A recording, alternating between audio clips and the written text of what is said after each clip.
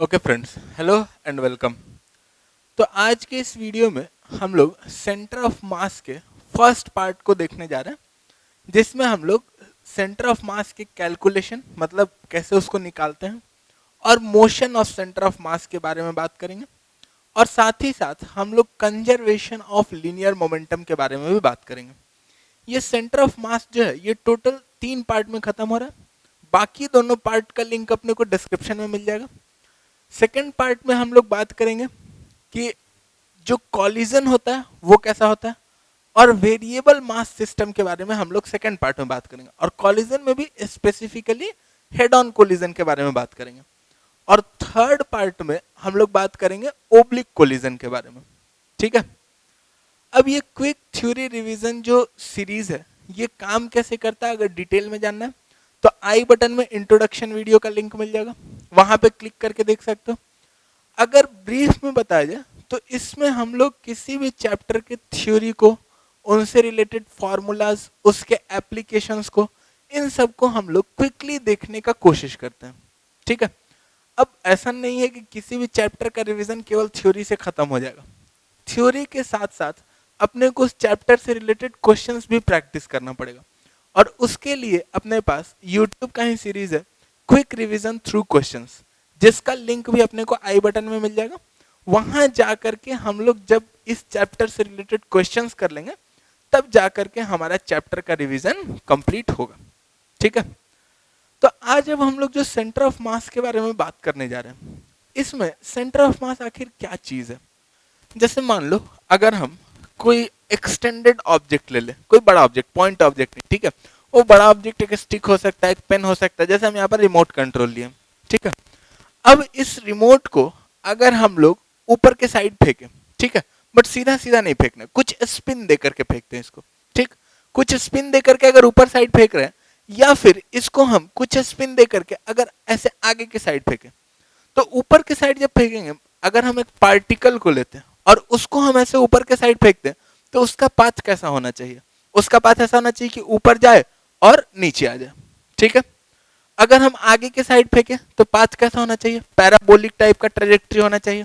ठीक है, बट इसमें ट्रेजेक्ट्री कैसा है? अगर हम एंड पॉइंट को देखें तो ये एंड पॉइंट ऐसे ऐसे होकर के जा रहा है, सीधा तो नहीं जा रहा है। पैराबोलिक में भी सेम, ये एंड पॉइंट ऐसे ऐसे होकर के आगे जा रहा है। बट जब भी देखोगे तो एक पॉइंट हमेशा ऐसा मिलेगा जो ट्रेजेक्ट्री हम लोग प्रिडिक्ट कर रहे हैं उसी ट्रेजेक्ट्री पर जाना चाहिए। ठीक है, एक पॉइंट मिलेगा। जैसे अगर एक पेन लेकर के नचा करके ऊपर फेंक के देखो, एक पॉइंट ऐसा जरूर दिखेगा जो सीधा ऊपर जाएगा और सीधा नीचे आएगा। ठीक है, यही पॉइंट को हम लोग बोलते हैं सेंटर ऑफ मास। अब सेंटर ऑफ मास में समझने का एक और तरीका है कि जैसे मान लो कि पेन ही है, ठीक है, अब पेन को हम लोग अपने फिंगर पर बैलेंस करने का कोशिश करते हैं, तो वो पेन हमारे फिंगर पर हर एक पोजीशन में बैलेंस नहीं होगा, एक खास पोजीशन में बैलेंस होगा, और जिस खास पोजीशन में बैलेंस होगा उसी पॉइंट को हम लोग बोलेंगे सेंटर ऑफ मास। ठीक है, जैसे एक किताब को भी अगर हम लोग बैलेंस करने का कोशिश करें अपने फिंगर टिप पर, तो वो एक खास पॉइंट के नीचे ही बैलेंस हो पाता है। जैसे किताब को अगर नचाते होगे तो नचाने में ऐसा है थोड़ा है कि हम किताब को कोना से भी नचा सकते हैं। ऐसे नचा सकते हो क्या? कोना से नहीं नचा सकते। क्यों? क्योंकि उसका सेंटर ऑफ मास वहां पर नहीं। अब ये उस पॉइंट के नीचे क्यों बैलेंस होता है वो हम लोग समझेंगे रोटेशन में, बट उसी पॉइंट के नीचे बैलेंस होगा। ठीक है, करके देख सकते हो। जैसे पेन ले लो एक, ठीक है, एक कैप लगा हुआ है इधर, ठीक है, कैप का मास ऑब्वियसली थोड़ा ज्यादा होगा, तो वो कैप के साइड थोड़ा सा सेंटर ऑफ मास शिफ्टेड रहेगा। क्यों ऐसा होता है? कैप की side centre of mass shifted रहेगा, मतलब ज्यादा मास की तरफ सेंटर ऑफ मास शिफ्टेड रहेगा। ऐसा क्यों होता है इस पर भी हम लोग डिस्कशन करेंगे। ठीक है, बट पहले हम लोग देख लेते हैं कि सेंटर ऑफ मास का डेफिनेशन क्या है। जैसे अगर हम एक्सटेंडेड बॉडीज ले लें, बड़ा कोई बॉडी है, ठीक है, तो उस बड़े बॉडी पर हम लोग acceleration equals to net force upon mass, जो भी नेट फोर्स लग रहा था डिवाइडेड बाय जो भी मास ऑफ बॉडी था, वो हम लोग किसी एक खास पॉइंट के लिए ही लिख सकते हैं, और उस पॉइंट को हम लोग बोलते हैं क्या? सेंटर ऑफ मास। ठीक है, बट ऐसा सोचने का गलती नहीं करना है कि सेंटर ऑफ मास पर ही सारा का सारा बॉडी का मास कंसेंट्रेटेड है। ऐसा तो होता भी नहीं ना। ठीक है, जैसे पेन लिए, पेन का सेंटर ऑफ मास तो हमको समझ में आ रहा है, बट ऐसा थोड़े कि पेन का सारा मास वहीं पर है, नहीं, कोई जरूरी नहीं है, ठीक है। हाँ, कुछ केसेस में हम लोग ऐसा एज्यूम कर लेते हैं कि उस पेन को हटा के उसके सेंटर ऑफ मास से उसको रिप्लेस कर देते हैं, बट वो कुछ ही केस में कर सकते हैं। हर एक केस में अगर वो काम करने लग जाएंगे तो गलत हो जाएगा, और वो सारा मास वहां पे कंसेंट्रेटेड है भी नहीं, ठीक है। अब जैसे अगर सेंटर ऑफ मास का पोजीशन निकालना है, ठीक है, तो सेंटर ऑफ मास का पोजीशन निकालने के लिए जैसे मान लो एक एन पार्टिकल सिस्टम है, बहुत सारा पार्टिकल्स है, ठीक है, और सेंटर ऑफ मास का उसमें हमको पोजीशन निकालना है, तो हमको ये फॉर्मूला अगर हम यूज करेंगे तो सेंटर ऑफ मास का पोजीशन निकाल सकते हैं।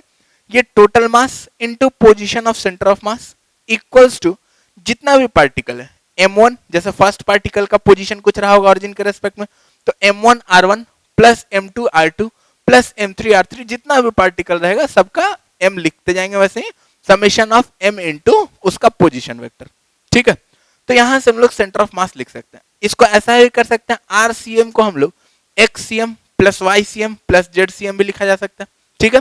तो इसको हम लोग m total into xcm equals to m1 x1 plus m2 x2, ऐसा आई कैप वाला सब एक साथ आ गया, फिर जे कैप वाला सब एक साथ, और के कैप वाला सब एक साथ, ठीक है। अब सेंटर ऑफ मास अगर सिंपलेस्ट दो ही पार्टिकल है, बहुत सारा पार्टिकल नहीं, दो पार्टिकल है, टू पार्टिकल सिस्टम का अगर सेंटर ऑफ मास निकालना है तो टू पार्टिकल सिस्टम मान लो कि यहां पर ऐसा है, एक m1 है एक m2 है। अब सेंटर ऑफ मास निकालने के लिए अपने को पोजीशन वेक्टर लिखना बहुत जरूरी है, और पोजीशन वेक्टर लिखने के लिए अपने को कोऑर्डिनेट सिस्टम चाहिए, किसके रेस्पेक्ट में पोजीशन वेक्टर लिखे, एक ऑरिजिन चाहिए, एक्स एक्सिस वाई एक्सिस चाहिए, ठीक है। तो हम लोग यहाँ पर अगर थोड़ा चालाकी करें तो हम लोग देखो, अगर ऑरिजिन m1 पर मान ले तो अपना m1 r1 जो लिखना है, तो r1 तो 0 हो गया, ठीक है। ऑरिजिन अगर m1 पर मान ले और एक्स एक्सिस अगर m2 से पास करता हुआ मान ले, तो m2 का y कोऑर्डिनेट 0 हो गया, ठीक है। तो m2 में y कोऑर्डिनेट वाला कोई कंपोनेंट नहीं होगा, तो थोड़ा अपना कहानी आसान हो जाएगा। हालांकि हम लोग कैसा भी मान सकते हैं, कोई खास दिक्कत नहीं है, और ऑरिजिन के चॉइस पर सेंटर ऑफ मास का पोजीशन डिपेंड नहीं करता है, ठीक है। ऐसा नहीं है कि हम ऑरिजिन कहीं पीछे मान लेंगे तो सेंटर ऑफ मास यहां ना आकर के कहीं और आ जाएगा। हाँ, उसका एक्स कोऑर्डिनेट जरूर अलग आएगा, वाई कोऑर्डिनेट जरूर अलग आएगा, बट सेंटर ऑफ मास को जब हम लोकेट करेंगे तो वो उसी पोजीशन पे निकल के आएगा, ठीक है। चाहो तो इस स्टेटमेंट को अपने से वेरीफाई कर सकते हो, ऑरिजिन कहीं और मान के, या ऑरिजिन को m2 पर मान लो, एक्स एक्सिस उधर मान लो, तो भी देखोगे कि सेंटर ऑफ मास का डिस्टेंस भले ऑरिजिन से लगाएगा, बट अगर उसको लोकेट करोगे तो वो इसी पॉइंट पर मिलेगा, ठीक है, जिस पॉइंट पे ऐसे मिलने वाला है, ठीक। अब अगर इसका सेंटर ऑफ मास निकालने का हम कोशिश करें तो यहां पर देखो xcm हम लोग लिख सकते हैं, xcm equals to m total उधर डिवाइड में चला जाएगा, ठीक है। m टोटल क्या होगा, m1 प्लस m2, और m1 x1, x1 क्या है 0, प्लस m2 x2, अब x2 इसके बीच का डिस्टेंस को हम d मान लिया तो x2 को d लिख सकते हैं, ठीक है। तो plus m2 into D divided by m1 plus m2, तो यहां से अपने पास xcm आ गया, और xcm क्या था, ऑरिजिन से सेंटर ऑफ मास का डिस्टेंस, तो इसको हम लोग ओसी डिस्टेंस को xcm बोल सकते हैं, और ओसी डिस्टेंस कितना आ गया, m2 d by m1 plus m2। ycm के बारे में अपने को सोचने का जरूरत नहीं है, चाहो तो निकाल सकते हो, ycm equals to m1 into 0, और m2 का भी y कोऑर्डिनेट 0 ही है, तो ycm भी क्या आएगा, 0 ही आएगा। मतलब सेंटर ऑफ मास कहां लाई कर रहा है, एक्स एक्सिस पर ही लाई कर रहा है, ठीक है। तो ओसी हम लोग निकाल लिए, और अगर कोई सीपी का बात करें तो देखो ओपी तो पता है ना, डी के बराबर है, और डी में से अगर हम ओसी को घटा दे तो अपने को सीपी नहीं आ जाएगा, घटा करके देख सकते हो, ठीक है। तो डी में से अगर इस ओसी को घटा दे तो सीपी आ जाएगा, और अगर कोई ओसी बाई सीपी निकालने का बात करें तो ओसी बाई सीपी देखो m2 डी, डी से डी तो कैंसिल आउट हो गया, m1 प्लस m2 से m1 plus m2 cancel out हो गया, तो बचा क्या, m2 बाई m1, तो ओसी बाई सीपी क्या आ जाएगा, m2 बाई m1 आ जाएगा। मतलब क्या है, अगर m1 ज्यादा है, देखो अगर m1 ज्यादा है मतलब सीपी बड़ा होना चाहिए, और अगर m2 ज्यादा है मतलब ओसी बड़ा होना चाहिए। देखो अगर m1 ज्यादा है तो cp बड़ा होगा, मतलब सेंटर ऑफ मास m1 के पास होगा, अगर m2 ज्यादा है तो oc बड़ा होगा, मतलब सेंटर ऑफ मास m2 के पास होगा। तो सेंटर ऑफ मास जो है वो हेवियर पार्टिकल के तरफ होता है, ठीक है, जिसका ज्यादा इन्फ्लुएंस है, जैसे हेवियर पार्टिकल का ही ना ज्यादा इन्फ्लुएंस है, तो सेंटर ऑफ मास क्या होगा, उसकी तरफ होगा, ठीक है। इसीलिए बताएं कि अगर पेन में जिधर साइड कैप है, सेंटर ऑफ मास जनरली उधर साइड शिफ्टेड रहने का कोशिश करता है, क्योंकि पेन जनरली क्या होता है, थोड़ा कैप जो है वो थोड़ा हेवी हो जाता है, तो वो साइड थोड़ा हेवी हो जाता है, तो सेंटर ऑफ मास उधर चला जाता है। कहानी समझ में आ रहा है? ठीक है। अब सेंटर ऑफ मास जो दिख रहा है यहाँ पर, लाइन ज्वाइनिंग द मासेस को इंटरनली डिवाइड करता है inverse ratio of their masses में। देखो, OC divided by CP equals to m2 divided by m1। तो इनवर्स रेशियो ऑफ मासेस में centre of mass line joining the masses को divide करता है। ये उतना जरूरी चीज नहीं है, बट अगर ये याद रहे कि जो बड़ा मास है उसकी तरफ सेंटर ऑफ मास रहने का कोशिश करेगा, तो ये कभी कभी अपने को काम में आ जाता है। ठीक है। अब अगर एक ग्रुप ऑफ पार्टिकल का सेंटर ऑफ मास निकालना है, ठीक है, जैसे तो दो पार्टिकल का तो हम बात कर लिया, जैसे मान लो बहुत सारा पार्टिकल है, सबका सेंटर ऑफ मास निकालना है, ठीक है, तो उसके लिए मान लो कि सेवरल ग्रुप्स है, सबका सेंटर ऑफ मासेस पता है। जैसे मान लो कि अगर 8 पार्टिकल है तो हम उसको दो दो के पेयर में बांट सकते हैं, 4 पेयर में। अब दो दो के पेयर में बांट दिए तो दो का सेंटर ऑफ मास निकाल सकते हैं, दो का सेंटर ऑफ मास, दो का तो हमको निकालने आता है।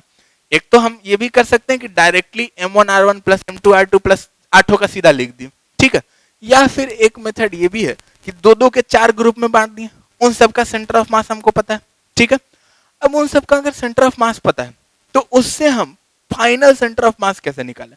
तो मान लो कि सेवरल ग्रुप्स में जिनका सेंटर ऑफ मासेस पता है हमको कि उसका पोजीशन क्या है, ठीक है, जैसे कभी कभी ऐसा भी हो सकता है कि दो बॉडीज दे दिया, ठीक है, एक बॉडी मान लो रेक्टेंगल है, एक ट्रायंगल है, और दोनों का सेंटर ऑफ मास का पोजीशन हमको पता है, ठीक है, अगर पता है तो अब इन दोनों का कंबाइंड सेंटर ऑफ मास निकालना है, तो हम क्या करें? ठीक है, तो उसी के लिए ये एक ग्रुप ये रेक्टेंगल वाला हो गया, एक ग्रुप ये ट्रायंगल वाला हो गया, और इसका कंबाइंड सेंटर ऑफ मास अब निकालना है, ठीक है। तो m टोटल इंटू RCM, इसको हम क्या लिखेंगे? मान लो कि एक ग्रुप A है, एक ग्रुप B है, एक ग्रुप C है, तो group m total into RCM को हम लोग सारा m1r1 प्लस m2r2 सब लिख सकते हैं, ठीक है, सबको जोड़ देंगे तो m टोटल इंटू RCM आ जाएगा, ठीक है। तो अब m1 इंटू r1, अब फर्स्ट ग्रुप जो A ग्रुप है उसका m1a इंटू r1 है प्लस m2a इंटू r2 है प्लस जितना A में है सबको लिख लिया। फिर B वाले पर गए तो m1b r1b plus m2b r2b plus m3b r3b, सारा B वाले को लिख लिया। फिर वैसे ही C ग्रुप होगा, कोई D ग्रुप होगा, बहुत सारा ग्रुप्स है, ठीक है। तो सबका ऐसे ही m1r1 m2r2 m1r1 m2r2 सारा ग्रुप का लिख लिया, ठीक है। और सबको अगर हम जोड़ देंगे, हर एक पार्टिकल का m1r1 लिख करके जोड़ दिया तो वो क्या आ जाएगा? m टोटल इंटू RCM आ जाएगा, ठीक है। अब देखो ये m1r1a plus m2r2a m2a r2a plus m3a r3a, ये सारा जो है इसको अगर केवल हम देखें तो ये दिख रहा है कि इसको हम लोग ऐसा भी तो लिख सकते हैं ना, ma इंटू RACM। अगर केवल ए ग्रुप को देखा जाए तो ए ग्रुप का टोटल मास अगर ma है तो ma इंटू ए का जहां सेंटर ऑफ मास है उसका पोजीशन कोऑर्डिनेट RCM, उसको हम लोग ma इंटू RACM को हम लोग लिख सकते हैं m1a r1a plus m2a r2a। ए ग्रुप में जितना पार्टिकल है सबका मास इंटू उसका पोजीशन, उसका मल्टीप्लीकेशन अगर हम जोड़ दें तो वो क्या आ जाएगा अपने पास? ए ग्रुप का m इंटू उसका position of centre of mass का मल्टीप्लीकेशन, ठीक है। तो यहां पर वो आ गया। फिर वैसे ही बी ग्रुप का यहां पर दिख रहा है, फिर वैसे ही आगे कोई सी ग्रुप का दिखेगा, डी ग्रुप का, जितना ग्रुप होगा सबका दिखते चलेगा, ठीक है। तो यानी कि अगर हमको RCM टोटल कंबाइंड का निकालना है तो हम ऐसा बोल सकते हैं कि ए ग्रुप का सेंटर ऑफ मास पर उसका मास ma रख दो, ये दिख रहा है एक पॉइंट मास की तरह बिहेव करेगा, जो कहां रखा हुआ है? उसके सेंटर ऑफ मास पर रखा हुआ है। सिमिलर बी ग्रुप में आ जाओ तो बी ग्रुप में भी जो RBCM है ये बी ग्रुप का सेंटर ऑफ मास है, और वहां पर अगर हम लोग एक MB मास रख दें, MB क्या मास है? टोटल बी ग्रुप का मास है, ठीक है। फिर वैसे ही सी ग्रुप, डी ग्रुप, तो हर एक ग्रुप को हम लोग उसके सेंटर ऑफ मास से रिप्लेस कर सकते हैं, जिस सेंटर ऑफ मास पर कितना मास रखा हुआ है जितना उस पूरे ग्रुप का टोटल मास है, ठीक है। तो यही चीज कभी कभी बोला जाता है कि हम लोग एक सिस्टम ऑफ पार्टिकल्स को उसके सेंटर ऑफ मास से रिप्लेस कर सकते हैं, बट हर एक कंडीशन में नहीं कर सकते। कब कर सकते हैं? एक तो हम लोग यहां पर देखें, और भी आगे कंडीशन आएगा जब हम लोग कर सकते हैं। एक तो यहां पर जब हमको एक बड़े ग्रुप का सेंटर ऑफ मास निकालना हो तो हम लोग छोटे छोटे ग्रुप के सेट को उसके सेंटर ऑफ मास से रिप्लेस कर सकते हैं। कहानी समझ में आ रहा है? ठीक है। अब जैसे एक रेक्टेंगल एक ट्रायंगल है, तो रेक्टेंगल का सेंटर ऑफ मास, ट्रायंगल का सेंटर ऑफ मास, अब ये 2 पॉइंट हो गया, 2 पॉइंट मास का सेंटर ऑफ मास तो निकालने हम जानते ही हैं। ठीक है, तो ऐसे करके हम लोग को सेंटर ऑफ मास निकालने में थोड़ा फायदा मिलता है। ठीक है, वही चीज यहां पर लिखा हुआ भी है। ठीक, अब अगर जैसे पॉइंट मासेस का तो हम सीख गए, 1 पॉइंट 2 पॉइंट 3 पॉइंट बहुत सारा पॉइंट मासेस है तो उसका तो सीख गए, बट जनरली जो हम लोग देखते हैं अपने अगल बगल में वो सारा क्या होता है, कॉन्टिन्यूअस बॉडीज होता है। पॉइंट पॉइंट तो मास देखते नहीं है, एक स्टिक है या फिर एक प्लेट है या फिर एक डिस्क है, सब कॉन्टिन्यूअस टाइप का बॉडी दिखता है, रॉड है। ठीक है, तो कॉन्टिन्यूअस बॉडीज का अगर सेंटर ऑफ मास निकालना है तो उसके लिए हम लोग क्या करेंगे, तो अपने को आता है केवल पॉइंट मास के साथ डील करना। तो अब कंटिन्यूअस बॉडीज का कैसे निकाले, तो देखो कंटिन्यूअस बॉडी जो भी है, जैसे एक रॉड है मान लो बड़ा सा, ठीक है, तो उसको हम लोग छोटा छोटा छोटा छोटा पॉइंट मास में काट सकते हैं। उसको स्लाइस स्लाइस कर दो, समझ लो घर में खीरा काटते हो ना, खीरा काटते तो डिस्क डिस्क बना, वैसे ही अगर बहुत पतला खीरा रहे, घास काट दी तो क्या बनेगा, पॉइंट पॉइंट मास बनेगा। कहानी समझ में आ रहा है ना? ठीक है, तो कंटिन्यूअस बॉडी को हम लोग उसको छोटा छोटा छोटा छोटा काट करके उसका एलिमेंट लेकर के, और एलिमेंट ऐसा लेंगे कि या तो वो पॉइंट मास बन जाए या फिर ऐसा कुछ मास बने जिसका सेंटर ऑफ मास हमको पता हो, तब हम लोग उसको रिप्लेस कर पाएंगे ना, किससे, उसके सेंटर ऑफ मास से। अभी जस्ट सीखे कि अगर सेंटर ऑफ मास पता है तो हम लोग पूरे बॉडी को उसके सेंटर ऑफ मास से रिप्लेस कर सकते हैं। तो या तो हम लोग ऐसा काट ले पॉइंट पॉइंट मास, या फिर कोई ऐसा काट ले जिसका सेंटर ऑफ मास हमको पता हो। ठीक है, जैसे जनरली सेंटर ऑफ मास कुछ चीज का अपने को पता रहता है, जैसे रिंग का सेंटर ऑफ मास कहाँ होगा, उसके सेंटर पर होगा। डिस्क का सेंटर ऑफ मास कहाँ होगा, उसके सेंटर पर होगा। इस स्क्वायर या रेक्टेंगल का सेंटर ऑफ मास कहाँ होगा, उनके इंटरसेक्शन ऑफ डायगोनल्स पर होगा। ठीक है, तो अब ऐसे बॉडीज में काटने का कोशिश करेंगे जिसका सेंटर ऑफ मास हमको नोन हो। ठीक है, और जनरली हम लोग जो काटने का प्रोसीजर फॉलो करते हैं, जैसे शुरू में हम लोग सबसे पहले रॉड का निकालेंगे, तो रॉड का निकालने के लिए हम लोग क्या करेंगे, उसको पॉइंट मास में काट सकते हैं। फिर रेक्टेंगल का निकालने के लिए उसको रॉड रॉड में काट सकते हैं। एंगल का निकालने के लिए वैसे ही उसको रॉड रॉड में काट सकते हैं। फिर हम लोग एक रिंग का देखेंगे, फिर डिस्क निकालने के लिए उसको रिंग रिंग में काट सकते हैं। फिर वैसे ही जब हम लोग हेमिस्फीयर का देखेंगे तो उसको रिंग रिंग में काट सकते हैं। ऐसे ही करके हम लोग अलग अलग मासेस में काट करके, अलग अलग एलिमेंट काट करके हम लोग उसका सेंटर ऑफ मास निकालने का कोशिश करते हैं। ठीक है, तो अब कभी कभी ऐसा होता है कलेक्शन ऑफ पॉइंट मासेस में काटना है, या फिर एक ऐसा ग्रुप में काटना है जिसका सेंटर ऑफ मास पता हो। ठीक है, और अब एक सीएम हम लोग क्या लिख सकते हैं, देखो अब छोटा छोटा मास काटे हैं, डिसइंटीग्रेट किए हैं, तो उसको वापस से इंटीग्रेट करना पड़ेगा। ठीक है, तो m1x1 प्लस m2x2, अब इसी में अगर छोटा छोटा मास है तो ये dm बन गया, m1 हो गया dm1x1 dm2x2। ठीक है, और सारा को अगर हम जोड़ दें तो अगर बहुत छोटा छोटा सम को सम करेंगे तो उसी को तो हम लोग इंटीग्रेशन बोलते हैं। ठीक है, तो अगर हम लोग छोटे छोटे मासेस का m इंटू एक्स को अगर समेशन करें तो उसको हम लोग dm इंटू एक्स बोल सकते हैं कि नहीं। ठीक है, तो xcm जो हो जाएगा, एक्चुअली में m टोटल इंटू xcm जो हो जाएगा वो हो जाएगा इंटीग्रेशन dm इंटू एक्स। ठीक है, और m टोटल को हम लोग डिवाइड में ले जा सकते हैं, तो xcm आ गया। ऐसे ही हम लोग ycm भी लिख सकते हैं, ऐसे ही हम लोग zcm भी लिख सकते हैं, और एक्सटेंडेड ऑब्जेक्ट के लिए अपने को यही करना है, छोटे छोटे पॉइंट मासेज में उसको काट लेना है। ठीक है, अब देखो अगर बहुत सारा यूनिफॉर्म बॉडीज का सेंटर ऑफ मास अगर कैलकुलेट करना हो, तो यूनिफॉर्म मतलब डेंसिटी जो है वो हर एक पॉइंट पर क्या है, सेम है। ठीक है, जैसे अगर एक यूनिफॉर्म रॉड मान ले तो इसका सेंटर ऑफ मास कहाँ होगा, तो उसके सेंटर पर होगा, रॉड के सेंटर पर होगा। ठीक है, अब अगर हम एक यूनिफॉर्म रेक्टेंगल मान ले तो उसका सेंटर ऑफ मास कहाँ होगा, उसके सेंटर पर होगा, जो कि उसका इंटरसेक्शन ऑफ डायगोनल्स भी है। ठीक है, अगर हम किसी ट्रायंगल का सेंटर ऑफ मास का बात करें तो ट्रायंगल का सेंटर ऑफ मास उसके सेंट्रॉइड पर होता है। अगर सेंट्रॉइड कैलकुलेट करना जानते हो तो वेल एंड गुड, अगर नहीं जानते हो तो राइट एंगल ट्रायंगल का हम लोग जानते हैं, सेंट्रॉइड जो होता है ये आसान होता है, इसको याद कर सकते हैं। राइट एंगल ट्रायंगल का सेंट्रॉइड जो है ये बेस से h/3 के डिस्टेंस पर, जहां पर h इसका हाइट है, और इस हाइट से b/3 के डिस्टेंस पर, जहां पर b क्या है, इसका बेस है, वहां पर होगा। ठीक है, अब इसी में कोई बोल दे कि आइसोसेलेस ट्रायंगल का कैसे निकालेंगे। ठीक है, तो आइसोसेलेस ट्रायंगल का सेंटर ऑफ मास अगर निकालना है, मान लो यहां पर एक आइसोसेलेस ट्रायंगल है, यही अपना आइसोसेलेस ट्रायंगल, दो साइड इसका इक्वल लेंथ का है। ठीक है, अब इसको हम दो राइट एंगल ट्रायंगल में बांट सकते हैं, ऐसा दो राइट एंगल ट्रायंगल।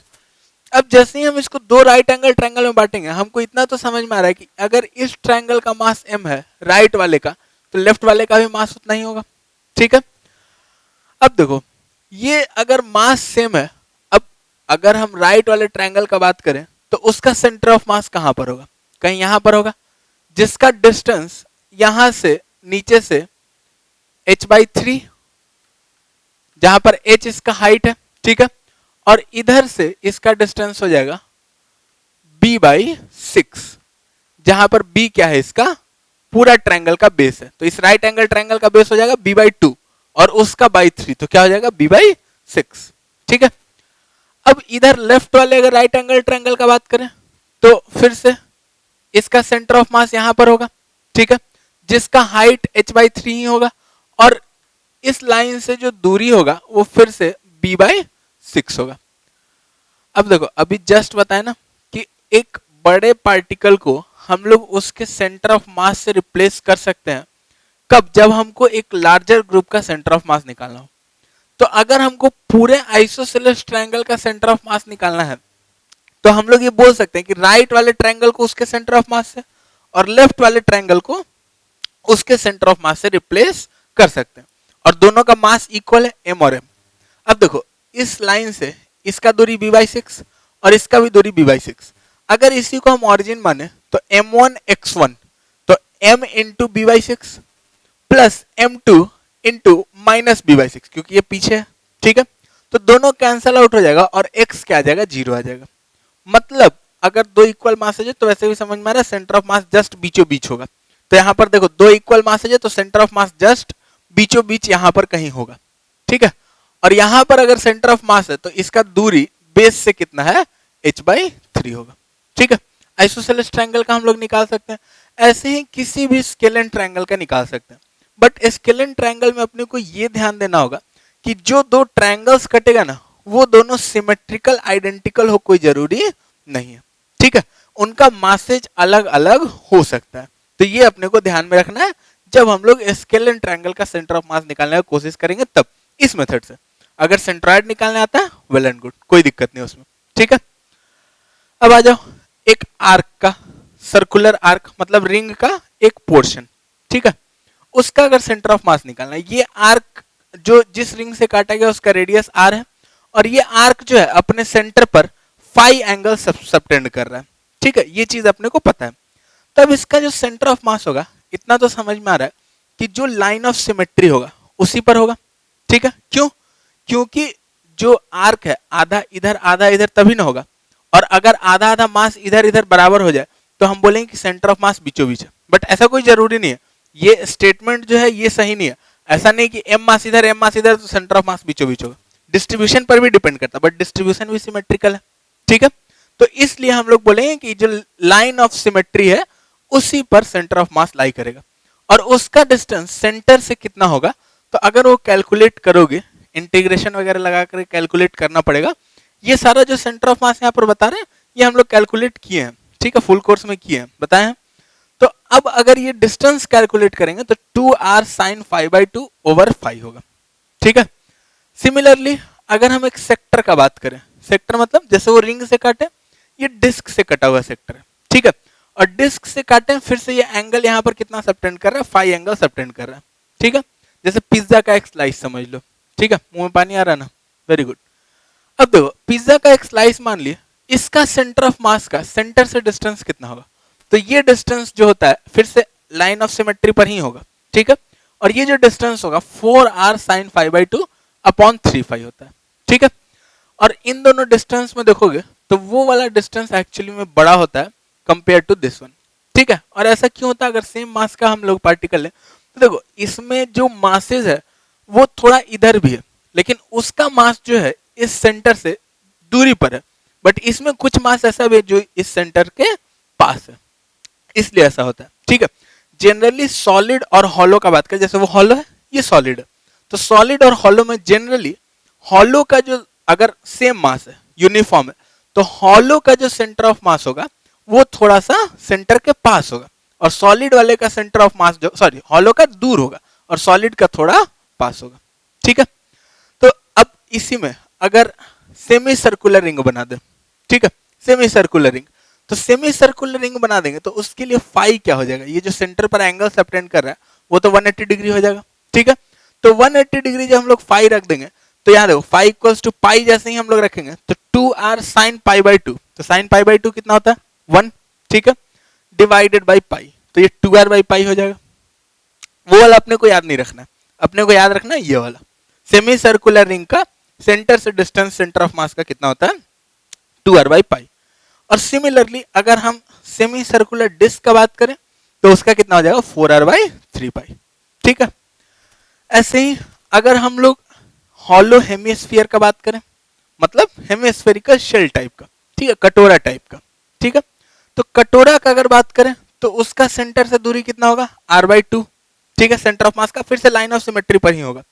और अगर हम लोग भरा हुआ कटोरा का बात करें तो 3r बाई 8, फिर से देखो सॉलिड वाले में मास नीचे भी है कुछ, हॉलो वाले में मास का दूरी थोड़ा ज्यादा है, तो इसका सेंटर ऑफ मास थोड़ा ऊपर रहेगा कंपेयर टू सॉलिड वाले का, ठीक है। r बाई 2 और 3r बाई 8 में देखो पास कौन है, कहानी समझ में आ रहा है ना, ठीक है। फिर से अगर हॉलो कोन का बात करें, हॉलो राइट सर्कुलर कोन का, तो h बाई 3, और सॉलिड राइट सर्कुलर कोन का बात करें तो h बाई 4, ठीक है। सेंटर ऑफ मास का डिस्टेंस फिर से लाइन ऑफ सिमेट्री पर ही, मतलब इसके एक्सिस पर, कोन का एक्सिस पर लाई करेगा और बेस के सेंटर से कितना दूरी पर h बाई 3 पर हॉलो के लिए, और सॉलिड के लिए h बाई 4 पर, ठीक है। तो इन दोनों को छोड़ करके बाकी सारा कहानी अपने को याद रखना, और इससे ज्यादा भी याद रखने का जरूरत नहीं है, ऐसा नहीं कि बहुत सारा सेंटर ऑफ मास अलग अलग टाइप के शेप का याद रखे, इतना याद रख लिए काफी है, ठीक है।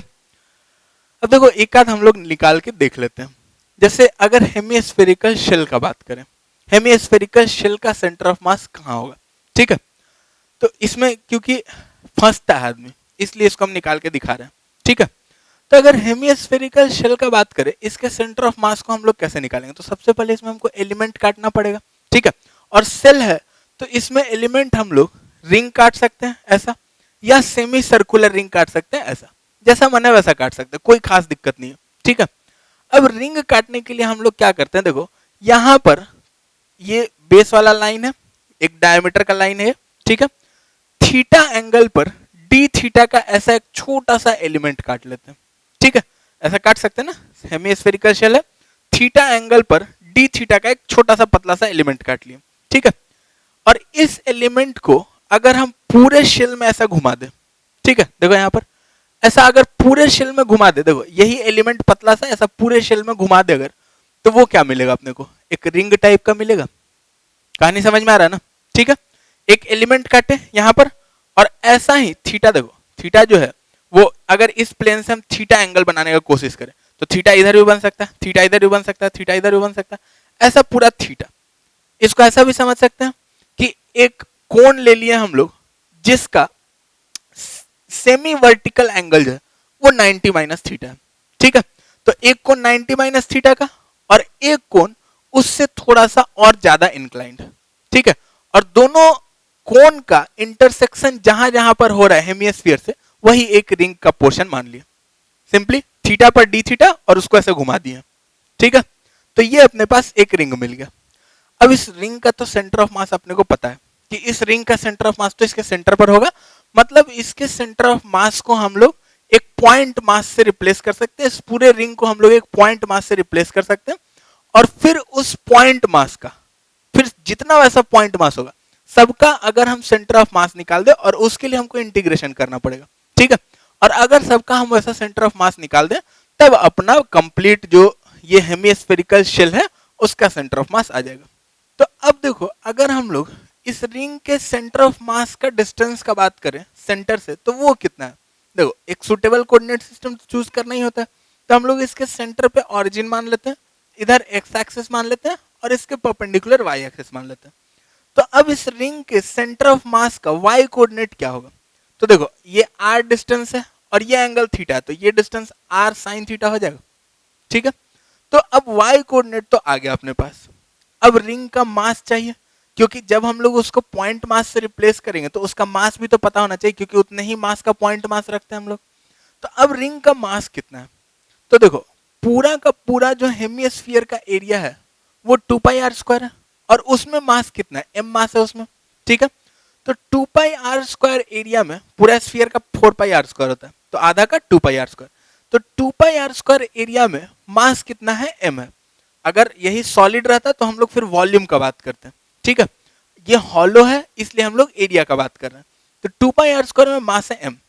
तो अब अगर इस रिंग का एरिया निकल जाए कि रिंग कितना एरिया का कटा है, तो उस हिसाब से हम लोग यूनिटरी मेथड का यूज करके रिंग का कितना मास है वो हम लोग निकाल सकते हैं, ठीक है। तो अब देखो रिंग का एरिया कैसे निकालें। तो अगर मान लो ये रिंग जो है इसको हम एक पॉइंट से काट करके ऐसे खोल देते हैं, ठीक है। तो एक पॉइंट से काट करके अगर हम लोग इसको खोल दिए तो ये एक रेक्टेंगल टाइप का दिखेगा, ठीक है। और ये रेक्टेंगल का जो एरिया है वो कितना होगा? तो एरिया जो हो जाएगा रेक्टेंगल का लेंथ इंटू विड्थ, और रेक्टेंगल का लेंथ जो होगा वो रिंग का जो सरकमफेरेंस था उतना ही ना लेंथ होगा, ठीक है। तो रिंग का सरकमफेरेंस हम लोग क्या लिख सकते हैं? देखो रिंग का सरकमफेरेंस जो हो जाएगा वो 2 पाई इंटू ये रेडियस हो जाएगा, और ये रेडियस कितना है? ये रेडियस दिख रहा है आर कॉस थीटा, लिख सकते हैं इसको। तो रेडियस अपने पास आर कॉस थीटा। तो अब अगर रिंग का एरिया का बात किया जाए डी ए, तो वो हो जाएगा 2 pi R cos theta length into ring का विड्थ। तो अब विड्थ यही वाला विड्थ हो गया ना अपना, ये आर्क लेंथ जो है, ठीक है। आर पर डी थीटा काटे थे ना, तो ये आर डी थीटा जो अपना आर्क लेंथ है वही ना रिंग का विड्थ हो गया, तो इनटू आर डी थीटा, ठीक है। ये अपना एरिया हो गया। तो अब अगर रिंग का एलिमेंटल मास निकालना है डीएम, तो वो कितना हो जाएगा? देखो 2 पाई आर स्क्वायर में मास था m, तो 1 यूनिट में m by 2 pi R square into इतना एरिया में, तो ये एरिया कितना? देखो 2 pi R square cos theta D theta, तो उतने एरिया में मास इतना, ठीक है। तो डीएम का वैल्यू आ गया m cos theta D theta. अब देखो ये जो रिंग है इसको हम इसके सेंटर ऑफ मास से आसानी से रिप्लेस कर सकते हैं, कोई खास दिक्कत नहीं है। अब जैसे ही हम लोग रिप्लेस कर दिए, अब ऐसा ही सेंटर ऑफ मास बहुत सारा होगा, नीचे भी रिंग कटा होगा ऊपर भी रिंग कटा होगा, थीटा को जैसे जैसे हम वेरी कराते जाएंगे रिंग कटते जाएगा। तो अब अगर हम लोग उन सारे मासेस का, उन सारे पॉइंट मासेस का अगर सेंटर ऑफ मास निकाल दे, तो वही ना इस सेमी सर्कुलर जो हॉलो हेमिस्फेरिकल शेल है उसका सेंटर ऑफ मास आ जाएगा, ठीक है। तो अब देखो इसका सेंटर ऑफ मास निकालने का, ये सारे पॉइंट मासेज का सेंटर ऑफ मास निकालने के लिए हम लोग लिख सकते हैं क्या, वाई सेंट सी एम जो है वो इक्वल हो जाएगा 1 बाई टोटल मास तो m दिया हुआ है, ठीक है, इनटू इंटीग्रेशन डीएम का y कोऑर्डिनेट पता है अपने को, तो इंटीग्रेशन y dm, ठीक है। अब m टोटल तो m पता है अपने को, y अपने को पता है r sine theta, into dm अपने को पता है m cos theta into d theta, और इंटीग्रेशन। अब इंटीग्रेशन में लिमिट रखना बहुत जरूरी होता है, ठीक है। तब लिमिट कैसे रखें? तो देखो अभी तो हम लोग रिंग काटे हैं, बट ऐसा ऐसा रिंग कट करके पूरा का पूरा हेमिस्फीयर बन जाना चाहिए, तब ना उसी को ना हम लोग एलिमेंट बोलते हैं, कि ताकि पूरा हेमिस्फीयर बनेगा तब ना हम बोलेंगे कि हाँ इसका सेंटर ऑफ मास पूरे का यहाँ पर है। अगर आधा हेमिस्फीयर बनेगा उसका ऊपर का हाफ बन गया मान लो, तो हम लोग क्या बोल पाएंगे कि पूरे हेमिस्फीयर का सेंटर ऑफ मास यहाँ? नहीं बोल सकते, ठीक है। तो अब देखो थीटा को शुरू कहाँ से करें हम लोग? जीरो से शुरू करेंगे, यहां से काटना शुरू करेंगे, काटते काटते काटते काटते काटते काटते ऊपर कहां तक काटेंगे? यहां तक एक छोटा सा सर्कल देखो, छोटा होते होते होते होते रिंग एकदम यहाँ पर छोटा सा रिंग कटेगा, तो इसके लिए थीटा कितना होगा? 90 डिग्री। उसके बाद तो काटने का जरूरत नहीं क्योंकि पूरा रिंग कटते जा रहा है, ठीक है। तो थीटा इक्वल्स टू जीरो से शुरू करके 90 डिग्री तक हम लोग काट लेंगे, तो अपना हेमिस्फेरिकल शेल कट जाएगा, ठीक है। तो लिमिट वैसे ही रखते हैं हम लोग कि कहां से कहां तक एलिमेंट काटे कि पूरा मेरा बॉडी कवर अप हो जाए, ठीक है। तो 0 से 90 यानी कि पाई बाई 2 तक, ठीक। अब देखो अंदर से m और r तो बाहर निकाल सकते हैं, m से m कैंसल आउट हो जाएगा, तो बचेगा क्या? r into sine theta cos theta D theta integration limit from 0 to pi by 2। अब देखो ये sine theta cos theta D theta का इंटीग्रेशन होगा कैसे? तो अब इसका इंटीग्रेशन करने के लिए हम लोग या तो साइन थीटा को कुछ टी मान लेंगे, ठीक है, या फिर sine theta into cos theta को हम लोग साइन 2 थीटा बाई 2 लिख सकते हैं, और वहां फिर 2 थीटा को हम लोग कुछ जेड मान लेंगे। तो इंटीग्रेशन बाई सब्सटीट्यूशन से हम लोग इसको बना सकते हैं। देखो दिखा देते हैं, एक बना के दिखा देते हैं। इसका इंटीग्रेशन करना है, integration sine theta into cos theta into D theta, कहां से कहां तक, 0 से भाई साहब पाई बाई 2 तक। तब हम लोग क्या किए, let sine theta equals to कुछ टी मान लिया हम लोग, ठीक है। तब साइन थीटा को जैसे ही टी माने, दोनों साइड हम लोग डिफरेंशिएट कर देंगे, थीटा के रेस्पेक्ट में, टी के रेस्पेक्ट में, जो भी करे कोई खास दिक्कत नहीं है। थीटा के रेस्पेक्ट में अगर कर दिया तो यहां पर आ गया cos theta equals to D T by D theta. तो अब डी थीटा को हमको रिप्लेस करना था, तो डी थीटा को या तो D T by cos theta लिख सकते हैं, या फिर कॉस थीटा डी थीटा को हम लोग डी टी लिख सकते हैं, ठीक है। तो यहां से जो ये इंटीग्रेशन बन गया, ये बन गया इंटीग्रेशन टी डी टी, और टी डी टी का इंटीग्रेशन करके फिर टी को साइन थीटा पुट करके भी हम लोग लिमिट पुट कर सकते हैं, या फिर हम लोग लिमिट को ही चेंज कर ले। लिमिट को कैसे चेंज करेंगे, देखो at theta equals to 0, lower limit क्या है, 0 है, ठीक है। तो एट थीटा इक्वल्स टू 0 अपना टी क्या आएगा, टी इक्वल्स टू तो साइन 0, यानी कि क्या आ जाएगा 0, and at theta equals to pi by 2, theta equals to जब पाई बाई 2 रखेंगे तो टी का वैल्यू कितना आएगा, टी इक्वल्स टू 1 आ जाएगा, ठीक है। तो लिमिट अपना कहां से कहां तक हो जाएगा, 0 टू 1। अब टी डी टी का इंटीग्रेशन 0 टू 1, ये तो बहुत ही आसान है, ये क्या आ जाएगा 1/2। तो इसका इंटीग्रेशन आ जाएगा 1/2 इंटू आर, तो वाई सी एम क्या हो जाएगा r/2, जो कि हम लोग देखे थे r/2 ही होता है, ठीक है। तो सेंटर से डिस्टेंस कितना हो जाएगा, r/2 हो जाएगा। अब यही रिंग काटने का अपने पास एक और तरीका भी था, कैसे, तो देखो हम लोग एक तो रिंग काटे ऐसा आर डी थीटा पर ऐसा एलिमेंट घुमा दिया, ठीक है। एक हम लोग डायरेक्ट ऐसा कर सकते थे कि y पर एक प्लेन मान ले और y प्लस डी वाई पर हम लोग एक प्लेन मान ले, ठीक है। और ये दो जो प्लेन है, दोनों प्लेन से जो रिंग कट रहा है वो रिंग को हम लोग देख ले। जैसे यहां पर देखो y पर डी वाई थिकनेस का एक प्लेन मान लिया, और इस प्लेन से जो रिंग कटेगा वही रिंग का हमको सेंटर ऑफ मास से रिप्लेस करना है, और फिर नेट रिजल्टेंट सेंटर ऑफ मास निकालना है, ठीक है। तो अब देखो इसमें जनरली गलती कहां होता है, बाकी तो सेंटर ऑफ मास हम लोग Y C M equals to 1/m into जो भी लंथपन देवानंद लिख सकते हैं, ठीक है। इसका सेंटर ऑफ मास तो यहां पर होगा, ठीक है, जिसका वाई कोऑर्डिनेट तो वाई ही होगा, ठीक। तो वाई इंटू डीएम, अब डीएम लिखने के लिए हम लोग क्या करें, तो डीएम लिखने के लिए m/2πr² इंटू डी, यही ना लिखेंगे, ठीक है। अब डी लिखने में क्या, तो 2π इंटू रेडियस इंटू इसका थिकनेस।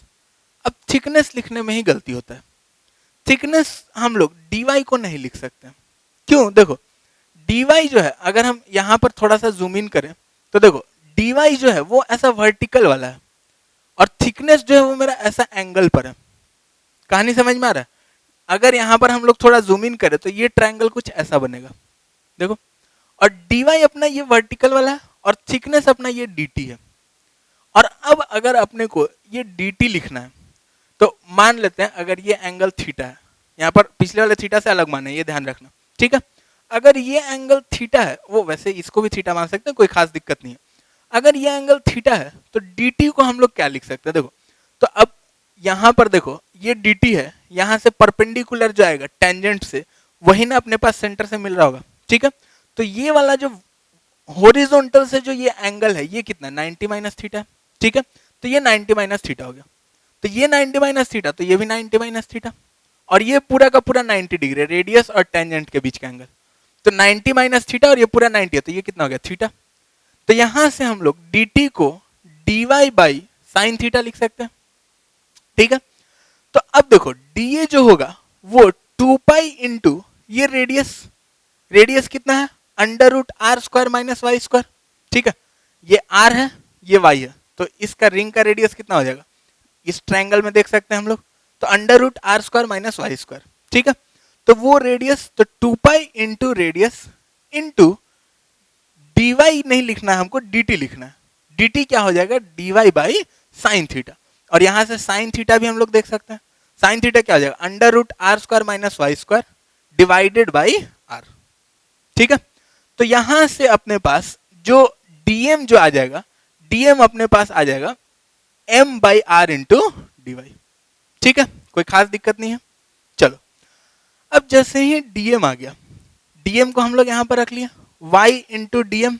ठीक है, और फिर देखो m बाई आर तो बाहर आ जाएगा, m से m कैंसल आउट हो गया, तो ये आ गया एक्चुअली में integration y dy 0 to r। ठीक है, और y dy का क्या हो जाएगा, y स्क्वायर बाई 2 यानी कि r square by 2 divided by r, तो ये हो जाएगा r बाई 2। ठीक है, ये गलती इसमें हो सकता है। ठीक है, और ये होता भी है, सीधा सीधा हम लोग थिकनेस को dy ही रख लेते हैं। और यही सेम गलती जब हम लोग हॉलो कोन का निकालने का कोशिश करते हैं ना, हॉलो कोन का सेंटर ऑफ मास, तो यही सेम गलती फिर से होता है। हॉलो कोन का सेंटर ऑफ मास निकालने के लिए अगर हम लोग y पर ऐसा dy थिकनेस के प्लेन से काट ले, तो फिर से जो dy जो हाइट है, जो इसका जो थिकनेस है, जो रिंग कटा है, उसका जो थिकनेस है वो अब dy नहीं है, उसका थिकनेस अब कुछ और है, और उसको फिर से हमको लिखना पड़ेगा ट्रायंगल का यूज करके। ठीक है, चलो इतना जितना चीज हम लोग बताए हैं ये सारा को नोट कर लो, फिर हम लोग आगे देखते हैं।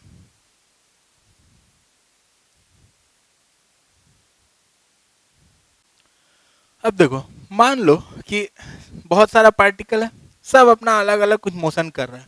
ठीक है, अब सेंटर ऑफ मास का मोशन कैसा होगा अगर वो देखना है, तो हम लोग सेंटर ऑफ मास का पोजीशन इस इक्वेशन से लिख सकते हैं।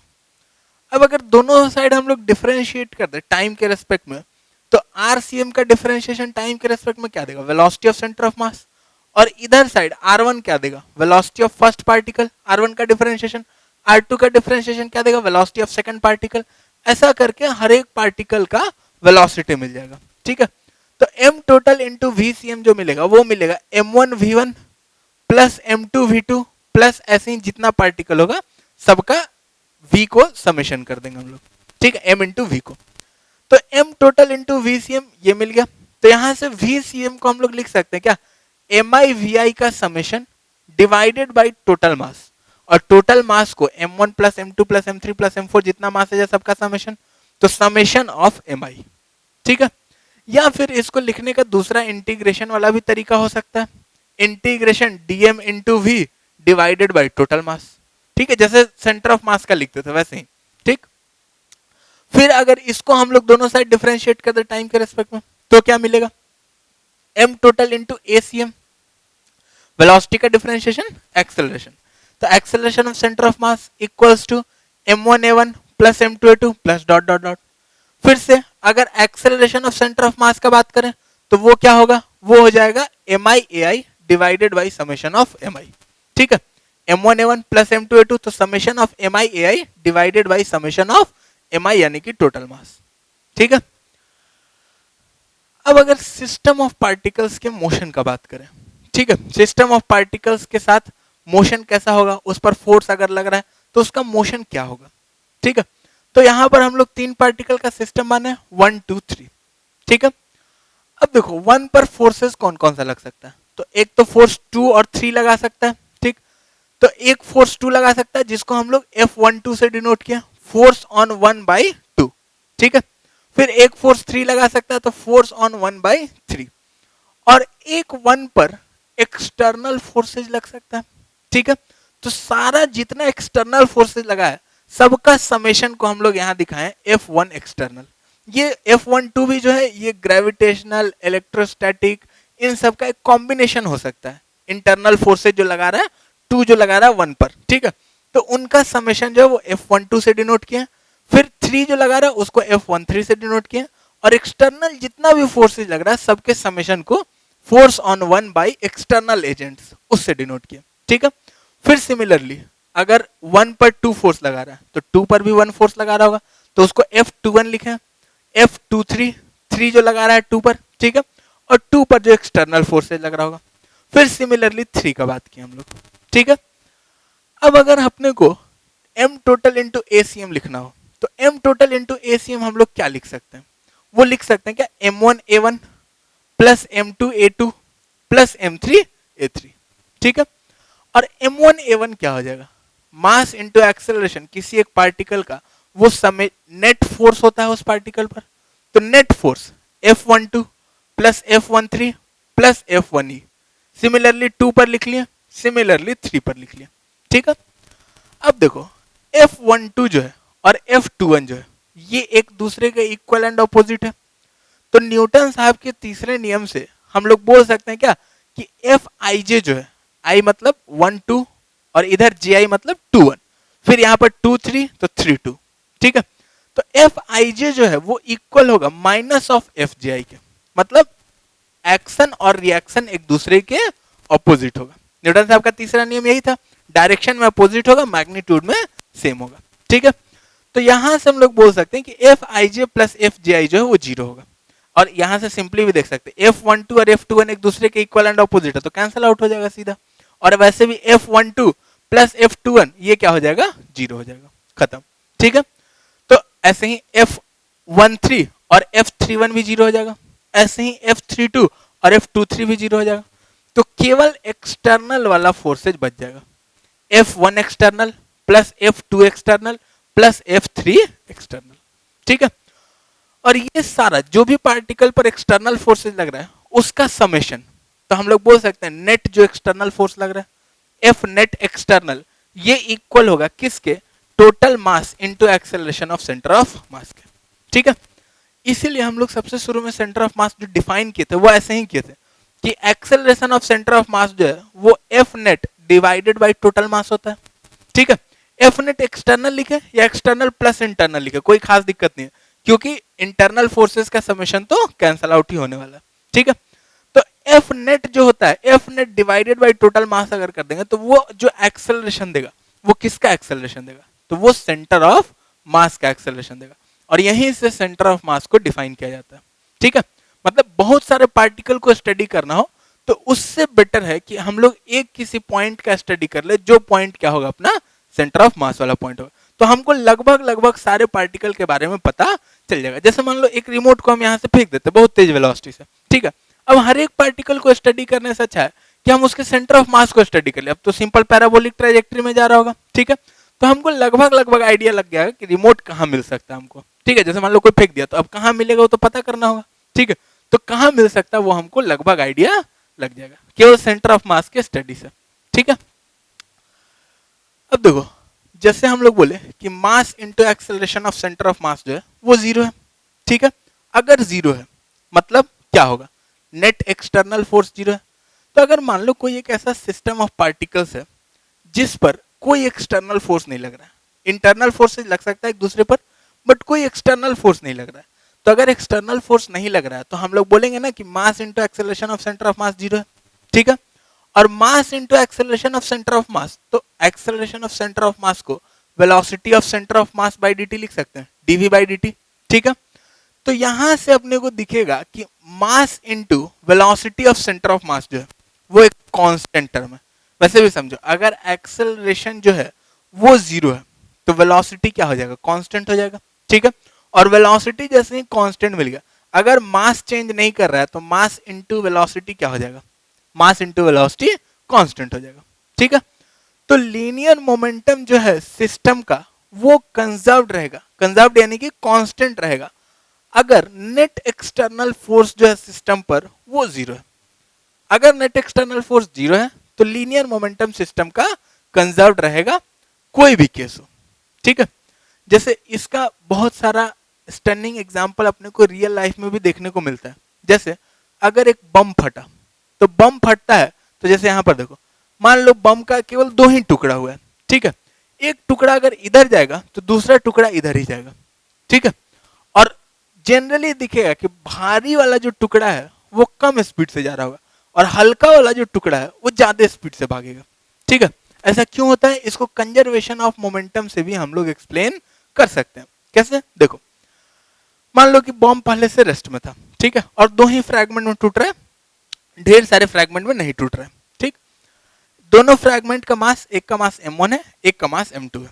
ठीक है, अब अगर अपने को इनिशियली रेस्ट में था यानी कि इनिशियल मोमेंटम तो जीरो था, यानी कि फाइनल मोमेंटम भी क्या होना चाहिए, जीरो होना चाहिए। ठीक है, यानी कि फाइनल मोमेंटम क्या लिखेंगे, m2 v2 और देखो v1 जो है वो अपोजिट डायरेक्शन में, तो अगर इधर को हम लोग प्लस मानेंगे तो इधर को अपने को माइनस मानना पड़ेगा। मोमेंटम जो है एक वेक्टर क्वांटिटी, ये ध्यान में रखना है, इसको नहीं भूल जाना, ठीक है।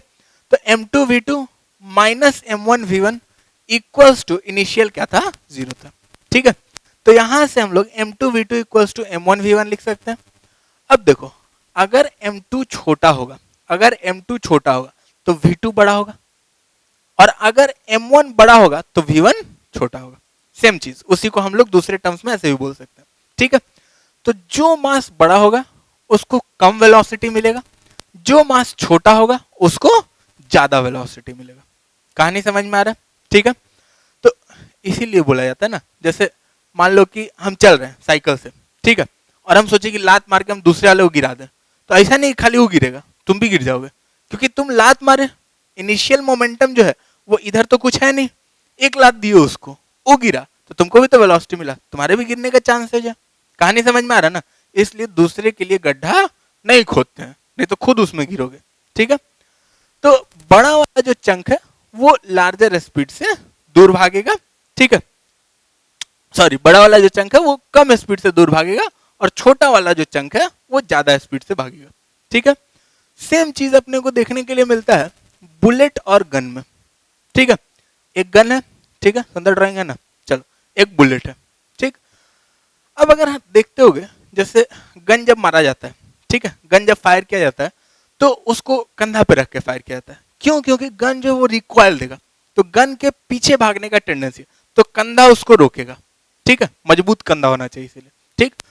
अब बहुत भारी भरकम अगर गन है तो उसको कंधा पे रख के नहीं मार सकते हैं, ठीक है। जैसे रॉकेट लॉन्चर, रॉकेट लॉन्चर को कंधा पे रख के नहीं चलाया जाता है, एक्सट्रीम सिचुएशन में चला दिया जाता है, लेकिन ऐसे कंधा पे रख के नहीं चलाया जाता।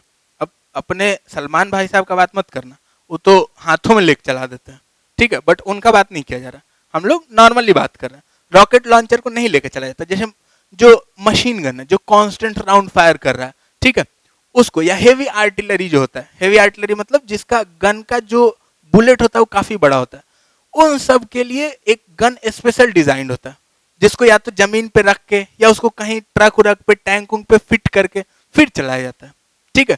उसको हाथ में लेके हम लोग नहीं चला सकते क्योंकि रिकॉइल इतना ज्यादा होगा कि हम ही के फेंकाने का चांसेस ज्यादा हो जाएगा। टैंक उंक इसीलिए देखते हो बहुत भारी होता है, क्यों भारी होता है, क्योंकि उसको बहुत बड़ा बड़ा राउंड फायर करना होता है, तो वो राउंड क्यों फायर करना, अब भारी रहेगा तभी ना रिकॉइल कम होगा, और रिकॉइल कम होगा तब जाकर के टैंक अपना स्टेबल रहेगा, नहीं तो ऐसे तो फायर कर ही नहीं सकते हम, ठीक है। तब देखो मान लो कि गन से एक बुलेट फायर किया जा रहा है, गन का मास जो वो कैपिटल एम है, बुलेट का मास जो वो स्मॉल एम है, ठीक है। बुलेट का जो मजल वेलोसिटी है, मजल वेलोसिटी हम लोग ऐसे वेलोसिटी को बोलते हैं जो speed of bullet with respect to gun होता है, ठीक है। जैसे हम लोग बुलेट का स्पीड बैरल में देख सकते हैं कि बैरल में कितना तेजी से वो निकल रहा है, ठीक है, बट रिकॉइल का जो प्रोसेस है वो जैसे ही पिन उसको स्ट्राइक किया और बुलेट जैसे ही वेलोसिटी पकड़ा वैसे ही रिकॉइल हो गया ये, ठीक है। तो बैरल में जब हम लोग स्पीड कैलकुलेट करते हैं तो वो एक्चुअली में speed of bullet with respect to gun होता है, ठीक है, और विथ रेस्पेक्ट टू गन, और गन खुद रिकॉइल हो रहा है पीछे, तो बुलेट का स्पीड थोड़ा बहुत ज्यादा होता है, ऐसे ग्राउंड के रेस्पेक्ट से थोड़ा बहुत ज्यादा होगा मजल स्पीड, ठीक है। तो जनरली अपने को मजल स्पीड ही दिया रहता है, मतलब बैरल के रेस्पेक्ट में स्पीड, ठीक। तो अगर मजल स्पीड लेटेड भी यू दिया हुआ है तो हम लोग बोल सकते हैं क्या, अगर v1 ग्राउंड के रेस्पेक्ट में वेलोसिटी है, v1 वेलोसिटी से ये बुलेट जा रहा है और v2 वेलोसिटी से ये गन रिकॉइल हो रहा है, तो हम लोग बोल सकते हैं बुलेट का speed with respect to gun जो है वो v1 प्लस v2 हो जाएगा, और यही तो मजल स्पीड है, और वो मजल स्पीड कितना दिया हुआ अपने को, u दिया हुआ है, ठीक है। और साथ ही साथ हम लोग कंजर्वेशन ऑफ लीनियर मोमेंटम भी लगा सकते हैं, कोई खास दिक्कत नहीं है इसमें, ठीक है। तो कंजर्वेशन ऑफ लीनियर मोमेंटम अपने को क्या देगा, देखो कंजर्वेशन ऑफ लीनियर मोमेंटम देगा mv1 equals to capital mv2, या फिर इसको ऐसे भी लिख सकता है कोई mv1 minus capital mv2 equals to 0, ठीक है। तो अब इन दोनों इक्वेशन से जब हम लोग v1 और v2 कैलकुलेट करेंगे तो अपने पास इतना इतना आएगा, ठीक है। अब देखो जितना भारी गन होगा उतना कम उसका रिकॉइल होगा, रिकॉइल स्पीड कौन सा है, v2, तो v2 पर फोकस करते हैं, ठीक है। अगर m जो गन का मास है वो ज्यादा होगा तो v2 क्या होगा, कम होगा, ठीक है। तो जितना भारी गन बुलेट के रेस्पेक्ट में उतना कम रिकॉइल होगा, ठीक है। और जितना भारी बुलेट उतना ज्यादा रिकॉइल होगा। अब देखो V2, बुलेट का मास स्मॉल m, जितना भारी होगा उतना V2 ज्यादा होगा। अब बोलोगे सर नीचे भी तो स्मॉल m है, अब कैसे करिएगा? तो बेटा ऐसे लिख सकते हैं, देखो V2 को हम लोग ऐसे लिख सकते हैं क्या, V2 equals to U divided by m, को नीचे ही ले आते हैं, m बाई m प्लस 1। ठीक है, अब देखो जितना भारी बुलेट उतना m बाई m छोटा, तो उतना V2 बड़ा। कहानी समझ में आ रहा? जितना भारी बुलेट उतना वेलोसिटी ऑफ रिकॉइल ज्यादा। ठीक है, इसलिए बहुत भारी बुलेट अगर फायर करना होता है, बहुत हेवी आर्टिलरी फायर करना होता है, तो हम लोग को उस टाइप का गन चाहिए होता है, जो कि या तो कहीं माउंट किया जा सके, या उसका मास काफी ज्यादा हो, या फिर टैंक उंक टाइप का चीज होता है। ठीक है, अब ये मत बोलना कि सर जो बॉम्बिंग किया जाता है प्लेन से, उसमें तो बहुत भारी रॉकेट है, जैसे जो अपना बॉम्ब है उसका बहुत भारी है। ठीक है, और बहुत भारी बॉम्ब को उस प्लेन से कैसे छोड़ दिया था, तो उसका अलग सेल्फ प्रोपल्सन होता है, वो वहीं से प्रोपेल होकर नहीं निकल रहा, वो स्ट्राइकिंग पिन वाला मैकेनिज्म नहीं है, वो छूट करके फिर उसमें फ्यूल बर्न होता है और तब वो थ्रस्ट से आगे बढ़ता है, जिसको भी हम लोग डिस्कस करेंगे नेक्स्ट वाले वीडियो में। ठीक है, रॉकेट प्रोपल्शन कैसे होता है। ठीक, तो जितना भारी बुलेट उतना ज्यादा रिकॉइल, जितना हल्का गन उतना ज्यादा रिकॉइल। ठीक है, जितना भारी गन उतना कम रिकॉइल, जितना हल्का बुलेट उतना कम रिकॉइल। और इसलिए देखोगे गन उनमें पीछे में बहुत भारी उसका बट दिया जाता है। ठीक है, उसको बट बोलते हैं जो पीछे में रहता है, लकड़ी का या लोहा का भारी बट दिया जाता है, ताकि उसका रिकॉइल क्या हो, कम हो। ज्यादा रिकॉइल होगा तो अपने को ज्यादा यहाँ पर चोट लगेगा। कहानी समझ में आ रहा है ना? ठीक है, सेम चीज होता है, जैसे कभी देखोगे अगर छोटा नाव में चल करके नदी पार करोगे, ठीक है, तो जब नाव से उतरने वाले रहोगे तो मल्लाह क्या करता है, पहले उसको बांध देता है, एक तो बांस का ऐसे खूटा टाइप का रहेगा, उसमें पहले नाव को बांध देगा। क्यों बांधता है? क्योंकि अगर नहीं बांधेगा और तुम कूद के उतर गए तो उसका नाव चल जाएगा थोड़ा पीछे, उसके बाद उसको पकड़ के जाना पड़ेगा, नाव को पकड़ के लाना पड़ेगा। ठीक है, तो वहां पर भी सेम कहानी चलता है, वाटर का जो रेजिस्टेंस है वो बहुत कम होता है। ठीक है, तो हम अगर आगे कूद रहे हैं तो नाव को पीछे साइड धक्का मिल जाता है। ठीक है, तो ये जो कंजर्वेशन ऑफ मोमेंटम वाला कहानी है, ये रियल लाइफ में, प्रैक्टिकल लाइफ में बहुत जगह देखने के लिए मिलता है। ठीक है, जितना चीज हम लोग अभी देखें इन सबको नोट कर लो, फिर हम लोग आगे देखते हैं।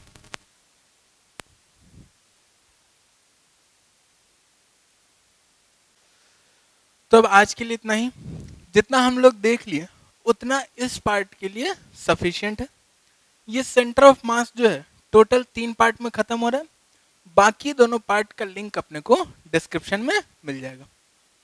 अब अगर इससे रिलेटेड क्वेश्चंस करना है तो बताएं, यूट्यूब का ही सीरीज है क्विक रिवीजन थ्रू क्वेश्चंस, वहां जाकर के इससे रिलेटेड हम लोग क्वेश्चंस कर सकते हैं। अगर थ्योरी में दिक्कत रह गया और या फिर और ज़्यादा क्वेश्चंस करना है, डिटेल में थ्योरी जानना है, तो उन सब के लिए मेरा बुक देख सकते हो या फुल डिटेल्ड कोर्स देख सकते हो।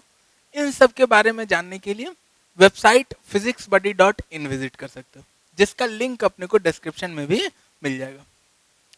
अपना केमिस्ट्री और मैथ्स का भी वेबसाइट है chemistry buddy.in और mathematicsbuddy.in, और इनका रिस्पेक्टिव यूट्यूब चैनल्स भी है, वहां जाकर के केमिस्ट्री और मैथ्स के बारे में भी सीख सकते हो।